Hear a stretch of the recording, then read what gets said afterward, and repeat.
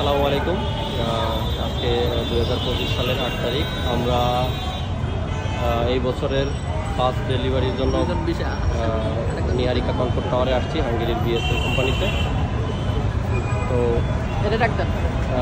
আজকে আমাদের 2 জনের ডেলিভারি, আমাদের এই কোম্পানিতে আমাদের 2টাই ছিল, 2 জনের ডেলিভারি। তো দেখি আমাদের একজন ক্যান্ডিডেট বের হয়েছে, তার নোটিফিকেশন কি অবস্থা? আলহামদুলিল্লাহ। আচ্ছা আচ্ছা, খুশি তো? হ্যাঁ, স্যাটিসফাই? আলহামদুলিল্লাহ। একটা কথাই জিজ্ঞেস করবো, সেটা হচ্ছে ধৈর্যের ফল মিষ্টি হয়, এটা প্রমাণ পাইছো? আমি ভাই আপনাদের উপর ধৈর্য ছিলাম, কারণ আপনাদের কথাবার্তা সবকিছুতে কোনো ধরনের ফল্ট পাইনি কখনো, এই জন্য ভাবলাম ধৈর্য ধরি। আর সময় তো দীর্ঘদিন গেছে, সময় ভালো নাই বলো, বছর 1.5 বছর গেছে না? না না, এত বছর যাই নাই। আচ্ছা, কতদিন গেছে? 1 বছর 1 মাস।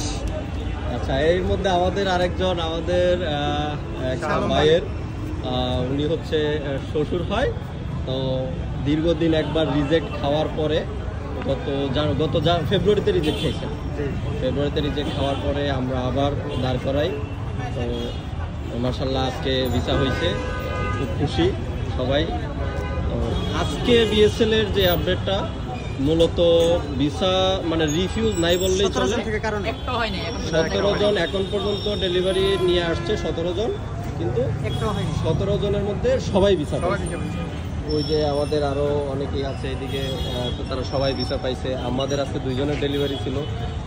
আঙ্কেল, আপনি বলেন আপনার কি অবস্থায়? টেনশন কমছে? একবার রিজেক্ট খাইয়া অনেক কষ্ট পাইছি, এরপরও কিন্তু আশা ছাড়ি নেই। আলহামদুলিল্লাহ ভিসা পাইছি এখন। আচ্ছা আচ্ছা, যাই হোক, একটু একসাথে দাঁড়ান।